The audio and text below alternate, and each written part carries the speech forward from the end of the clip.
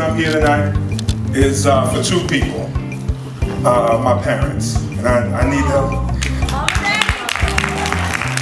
Yeah, so I wanted to thank them simply because it was really my father's input on, encouraging me to just stick to my guns. Stick-to-itiveness was a common word in our household.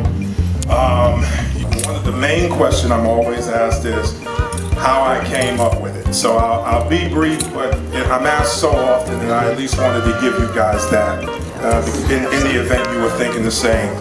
The first story with Leslie.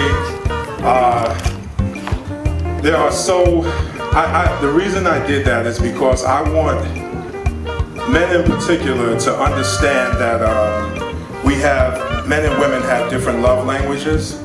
And that's why Leslie sort of found herself in the position that she was in, because her husband, although he was taking care of the bills and paying the Georgia Power bill or whatever the case may be, she still felt isolated, disconnected, and alone in her own home, and as a result, she wound up finding Dorian, thinking that was going to be a better situation for her. And I've seen that so many times that I thought that it warranted being in the film, because I know that that's still something that goes on today.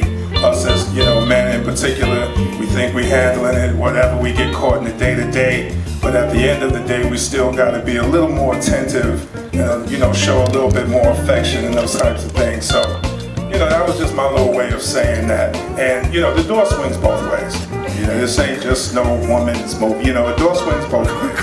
But at the same time, I was speaking to men specifically about that, because I know Rendezvous is usually associated with breaking up marriages, but I hope you gathered tonight that this film, although it's Rendezvous and it's got some stigmas attached to it, this film was ultimately in an effort to bring us together. I wanted to show you what the other side is or can happen if, we sort of let things go astray. So that was my effort in, doing that particular storyline. Stephanie and JP's storyline was basically to say, well, this one I was blown away by, because I polled women in order to get issues that resonated with you guys. I polled a number of women, and this one really blew me away, because I'm pretty, I'm thinking I got all the answers at this point. I'm writing stories or whatever. I get the polls back, and the one thing that was just overwhelmingly clear was that 82% of the women that I polled, 82% say that they don't express their inner desires with their mates. And I thought I miscounted. I got my calculator out, and it was just somewhat, I don't know, I was just somewhat taken aback by it, because for somebody who takes pride and making it count, getting it in, to have just the thought of your lady sitting there, you giving A, B, C, and D, and she's wishing for X, Y, and Z because y'all haven't had that talk. That was really alarming to me. So and I'm looking at my wife. She's like, "Oh, I can't wait till you finish this movie." Because I'm so tired of you and Rendezvous and all these questions. I'm like, well, baby, this woman right here said that she electric shock, baby. And when she got up and walked away from me, I'm really serious about that. I don't like being in the dark when it comes to that. And y'all, ladies, y'all gotta give us some love on it. We're gonna have to talk a little bit more on that something. Because, that's just too important to have you and someone that I care about, or I'm saying you as in me, but you know what I'm saying, someone that we care about, and them not being 100% happy, because you're keeping things inside. Let us know. Just let us know. Okay. All right, The third couple, Devin and Nicole. This was was I going? I was talking to the men on this one because I know we've all had, one of those instances where, it's, so they try and make it a little difficult, make it a little difficult. And I was talking about two things in this one. Number one, I wanted to point out that it is so important that this dysfunction that we have in our households, it is so important because even as a 35, 45, 55-year-old man or woman, because dysfunction goes both ways, but in this particular case it was the woman, even as old as we are, she detested the dysfunction and all the negativity that her family brought to the table.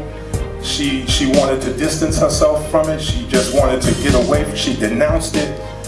But with all of that denouncing, it always finds a place in your relationship.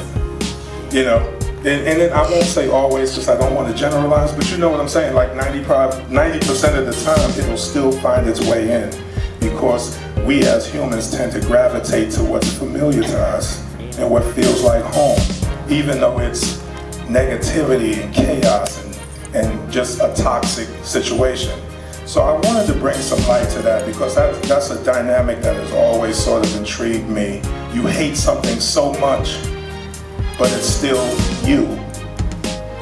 Yeah, that's crazy to me. But nevertheless, I know it's out there, so I wanted to put it out there, and I knew that it would resonate with other people because I've been in a crazy relationship at one point in time. So that's why I put that out there. The other thing I wanted to talk about in that one was ego. She was feeding his ego, and we can get so caught up in, just the words she was saying, whose am I? Whose is this? And all of them kinds of questions, he's like, ooh, yeah. But when you take your head out for a minute, long enough to sort of recognize what's going on, the same words, whose is this? There's nothing I won't do for you.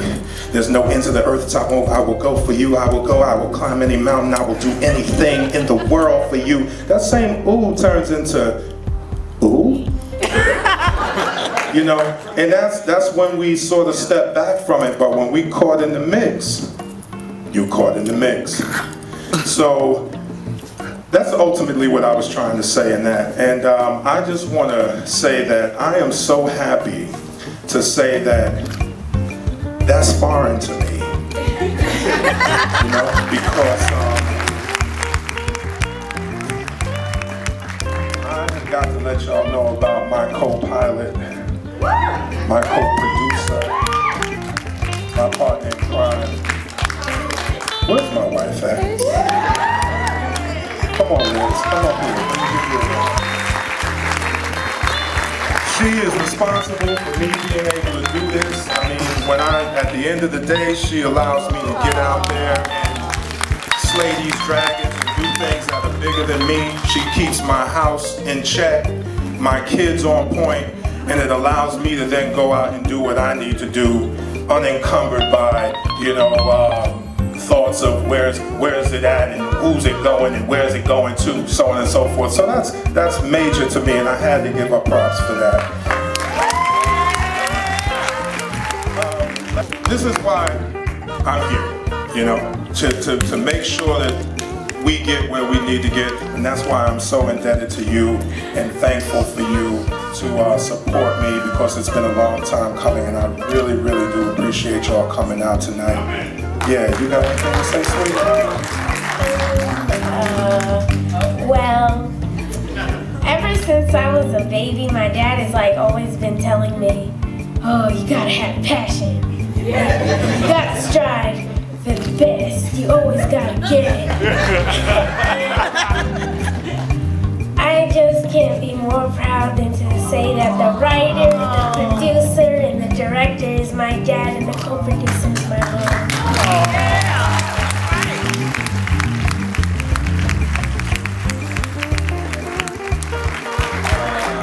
He's so cool. He's so cool. 17 is such a... thank you again, y'all. Really, thank y'all for coming.